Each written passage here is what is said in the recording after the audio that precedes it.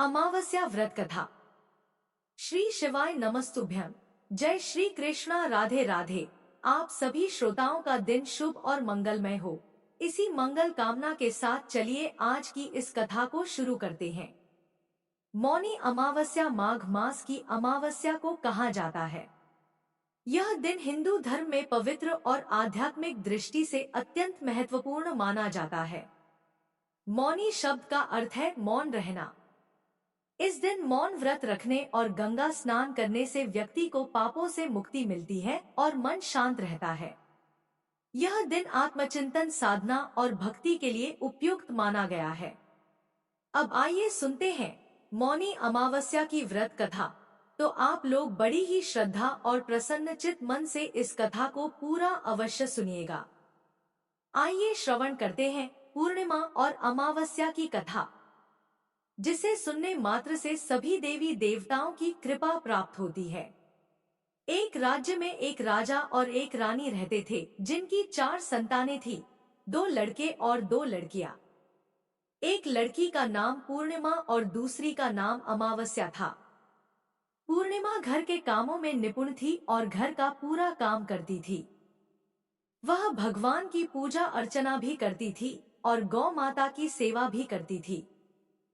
दूसरी बहन अमावस्या न तो घर का कोई काम करती थी, न ही भगवान की पूजा अर्चना और न ही गौ माता की सेवा।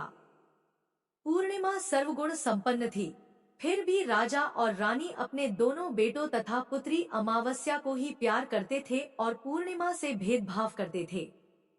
राजा के चारों पुत्र और पुत्री धीरे धीरे बड़े हो रहे थे। जब वे बड़े हो गए तो राजा ने अपने दोनों पुत्रों का विवाह योग्य कन्याओं के साथ करा दिया। इसके बाद रानी ने राजा से कहा कि अब दोनों पुत्रियां विवाह योग्य हो गई है और इन दोनों का विवाह भी करा दो। लेकिन अमावस्या का विवाह किसी बड़े खानदान में और पूर्णिमा का विवाह किसी गरीब परिवार में कराना, क्योंकि पूर्णिमा को केवल भगवान की पूजा और गाय की सेवा पसंद है। रानी ने राजा को दोनों पुत्रियों का रिश्ता तय करने के लिए भेज दिया।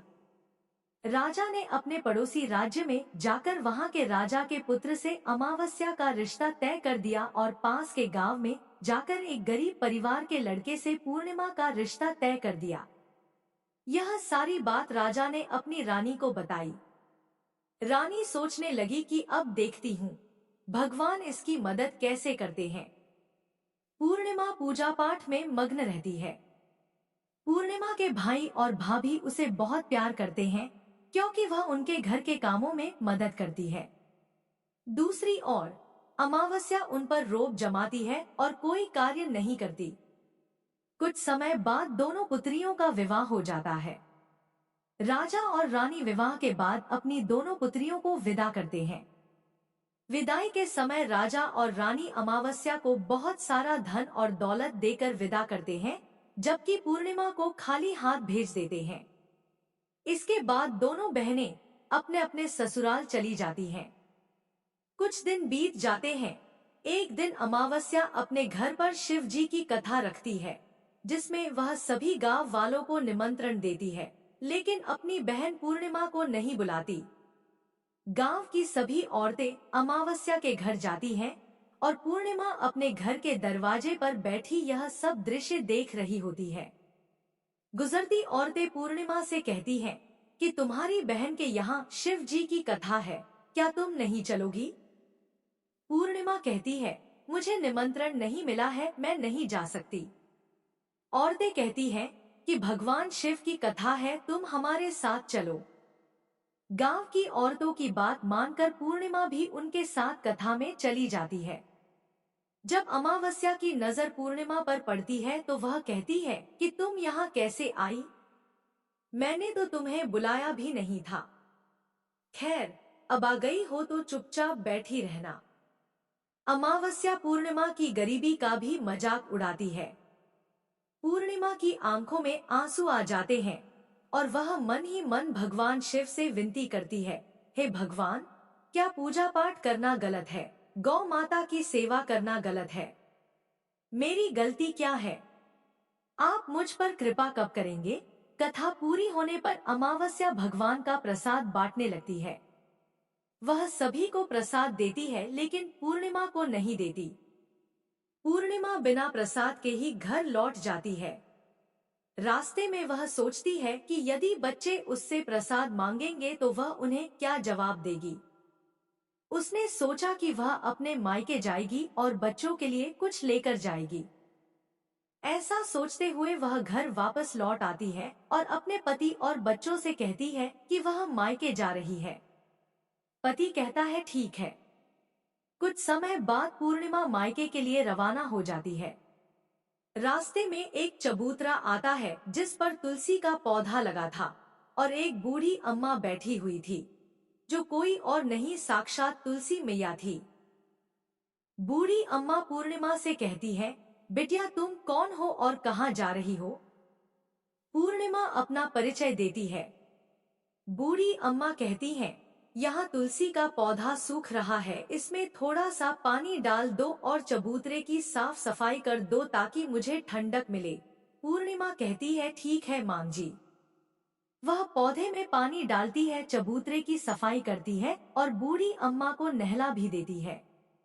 बूढ़ी अम्मा पूर्णिमा से कहती हैं, अब तुम जाओ और वापस आते समय मुझसे मिलते हुए जाना। पूर्णिमा कहती है ठीक है माँ जी, वापस आते वक्त आपसे मिलते हुए जाऊंगी। कुछ समय आगे चलने के बाद एक शिव मंदिर आया।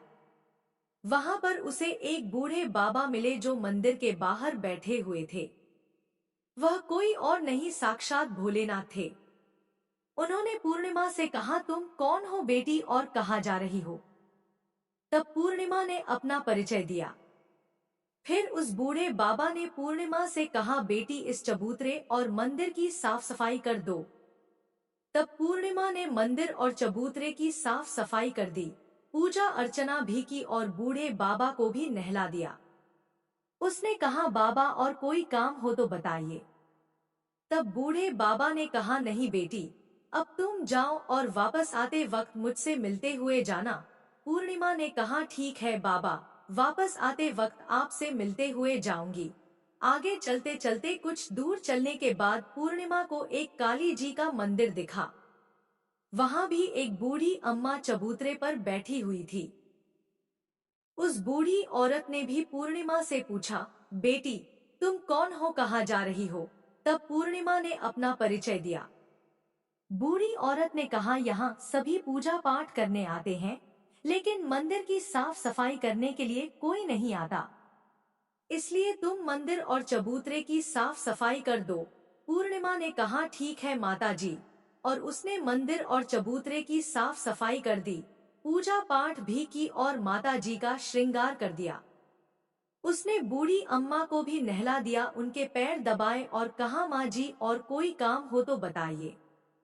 बूढ़ी अम्मा ने कहा, नहीं बेटी अब तुम जाओ, लेकिन वापस आते वक्त मुझसे मिलते हुए जाना। पूर्णिमा ने कहा, ठीक है माँ जी, और वह आगे चली गई। आगे चलते चलते एक नदी आई। वहां भी एक बूढ़ी अम्मा बैठी हुई थी। उन्होंने कहा, बेटी तुम कौन हो और कहां से आई हो?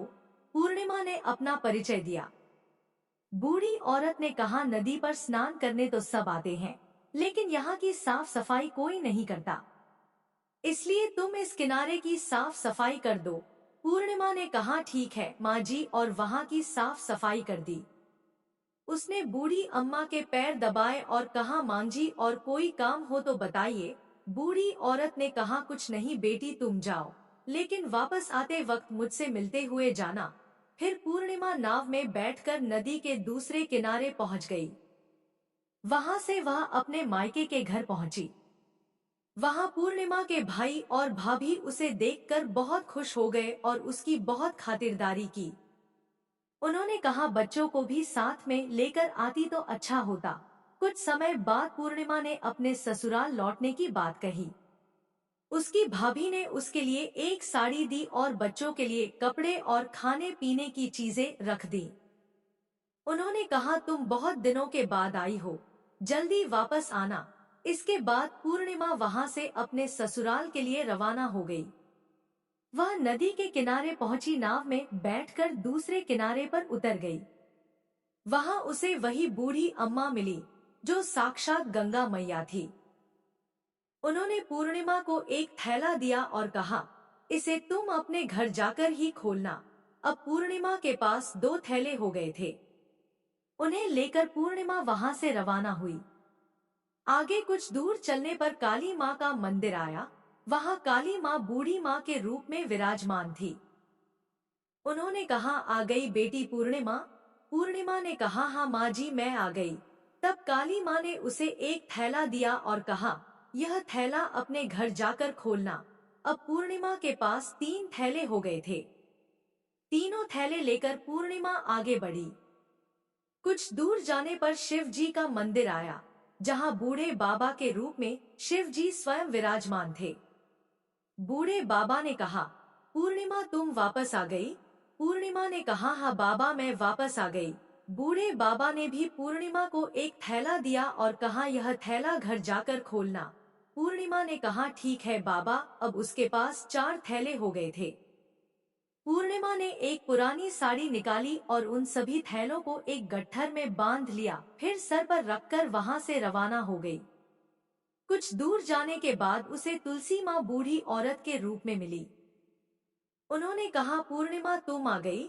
पूर्णिमा ने कहा, हाँ माँ जी मैं आ गई। बूढ़ी औरत ने उसे एक थैला दिया और कहा, यह थैला घर जाकर खोलना। पूर्णिमा ने कहा, ठीक है माँ जी। अब उसके पास 5 थैले हो गए थे। पूर्णिमा वहां से रवाना हुई और अपने घर पहुंची। सबसे पहले उसने मायके का थैला खोला। उसमें बच्चों के लिए अच्छे कपड़े और खाने पीने की चीजें थी। साथ में कुछ गहने भी थे। पूर्णिमा ने कपड़े और खाने पीने की चीजें बच्चों को दे दी।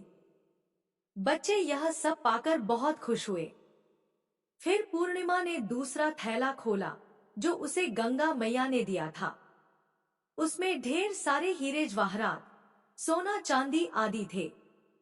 इसके बाद उसने तीसरा थैला खोला, जो काली माँ ने दिया था। उसमें बहुत सारा सोना और श्रृंगार का सामान भरा हुआ था। फिर पूर्णिमा ने चौथा थैला खोला, जो भगवान शिव ने दिया था। उसमें बहुत सारा धन संपत्ति भरी हुई थी। अंत में पूर्णिमा ने 5वां थैला खोला, जो तुलसी माँ ने दिया था। उसमें चावल, दाल और 7 प्रकार की खाने की चीजें थी। अब पूर्णिमा के घर में किसी भी चीज की कमी नहीं थी। उसका घर धन धान्य से भरा हुआ और परिपूर्ण था। अब पूर्णिमा और उसका परिवार सुखमय जीवन व्यतीत करने लगा। अब पूर्णिमा के मन में विचार आया कि क्यों न शिव जी की कथा कराई जाए। उसने शिव जी की कथा का कार्यक्रम रखा और गांव के सभी लोगों को निमंत्रण दिया। पूर्णिमा ने अपनी बहन अमावस्या को भी शिव जी की कथा के लिए अपने घर बुलाया। जब अमावस्या पूर्णिमा के घर शिव जी की कथा में आई, तो उसने देखा कि पूर्णिमा के घर में किसी भी चीज की कोई कमी नहीं है। इतना सारा धन दौलत देखकर अमावस्या आश्चर्यचकित हो गई। उसने पूर्णिमा से पूछा, तुम्हारे घर में इतनी धन और दौलत कहाँ से आई? पूर्णिमा ने कहा, बहन, तुमने शिव जी की कथा में मुझे नहीं बुलाया था, फिर भी मैं चली आई थी। तुमने मुझे प्रसाद तक नहीं दिया और मेरी गरीबी का मजाक भी उड़ाया। उसके बाद मैं अपने घर आ गई और रास्ते में सोच रही थी कि अपने मायके जाऊंगी। मैं मायके गई और जो कुछ घटना इस बीच हुई, वह सब तुम्हें बताती हूँ। अमावस्या ने कहा, तुम भी मुझे प्रसाद मत दो और मुझे डांट लो। लेकिन पूर्णिमा ने कहा, यह तो भगवान का प्रसाद है, मैं तो सबको दूंगी और तुम्हें भी दूंगी। फिर भी अमावस्या ने प्रसाद नहीं लिया और सीधे अपने घर चली गई। घर जाकर उसने अपने बच्चों से कहा कि वह मायके जाने के लिए तैयार हो जाए। अमावस्या मायके के लिए निकल गई। रास्ते में चलते चलते उसे तुलसी माँ मिली, जो चबूतरे पर बूढ़ी माँ के रूप में बैठी हुई थी। बूढ़ी माँ ने अमावस्या से पूछा, बेटी, तुम कौन हो और कहाँ जा रही हो? अमावस्या ने अपना परिचय दिया। बूढ़ी माँ ने कहा, बेटी, यह तुलसी का पौधा सूख रहा है। इसमें थोड़ा सा पानी डाल दो और इस चबूतरे की साफ सफाई कर दो। इस पर अमावस्या ने कहा, बुढ़िया, तुझे दिखाई नहीं दे रहा कि मैंने इतनी महंगी साड़ी पहन रखी है? यह गंदी हो जाएगी। ऐसा कहकर वह वहां से आगे चली गई। आगे जाने पर उसे भगवान शिव मिले। उन्हें भी उसने ऐसा ही कहा। इसके बाद आगे जाने पर उसे काली माँ मिली। उनसे अर्थात काली माता से भी अमावस्या ने यही सारी बातें कहीं। फिर आगे जाने पर उसे गंगा माँ मिली। उनसे भी अमावस्या ने यही सब कहा और आगे चली गई। जब वह नाव में बैठने लगी तो उस नाव में फूलों की जगह कांटे भरे थे जो उसके पैरों में चुभ रहे थे। किनारे पर उतरकर वह अपने मायके चली गई। जब वहां उसकी भाभियों और भाइयों ने उसे देखा तो मन ही मन कहने लगे, काम की ना काज की, दुश्मन अनाज की। अब आ ही गई हो तो ठीक है। पूर्णिमा तो हमारे कामों में हाथ बटाती थी, ये महारानी तो कोई काम नहीं करेंगी। अब उन्होंने खाना बनाया और खा पी कर सभी सो गए। अमावस्या जब सुबह उठी तो अपनी भाभियों से कहा, मैं अपने ससुराल जा रही हूँ। उन्होंने कहा, ठीक है जाओ। अमावस्या ने कहा, पूर्णिमा को तो तुमने एक थैला दिया था, मुझे कुछ नहीं दोगे क्या? भाई और भाभी ने कहा, तुम घर जाओ, थैले तुम्हारे घर पहुंच जाएंगे। फिर अमावस्या वहां से निकल गई और नदी के किनारे पर पहुंची। वहां गंगा माँ बूढ़ी औरत का रूप धारण करके बैठी हुई थी। बूढ़ी माँ ने कहा, आ गई बेटी? तो उसने कहा, हाँ मैं आ गई। अमावस्या ने कहा, तुमने पूर्णिमा को एक थैला दिया था, मुझे नहीं दोगी क्या?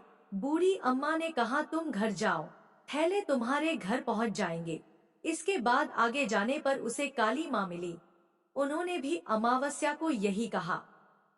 फिर आगे जाने पर उसे भगवान शिव मिले। उन्होंने भी अमावस्या से यही कहा।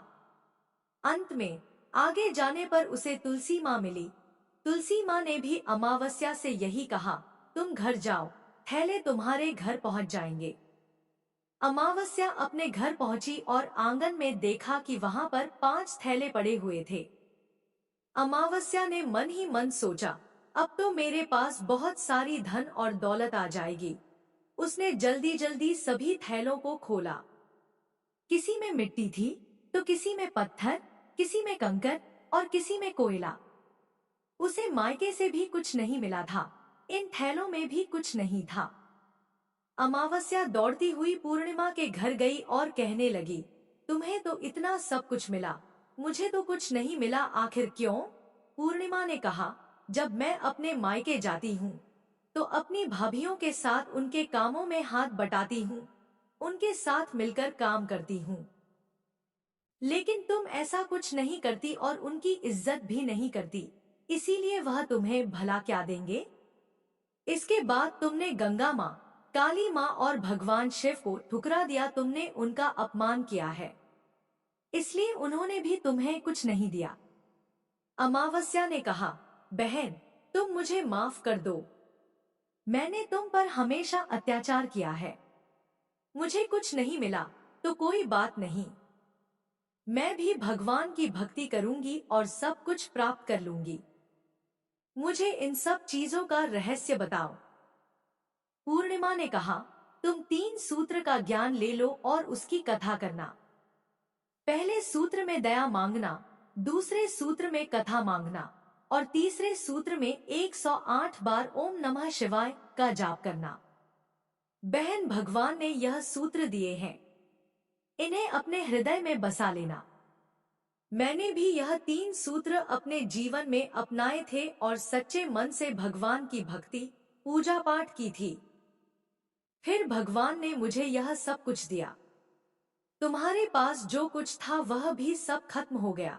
इसके बाद अमावस्या अपने घर गई और भगवान की पूजा पाठ करने लगी। उसने भगवान शिव से माफी मांगी, गौ माता की सेवा की और दूसरों की मदद करने लगी। अगर वीडियो पसंद आई तो हमारे चैनल को सब्सक्राइब करें। धन्यवाद।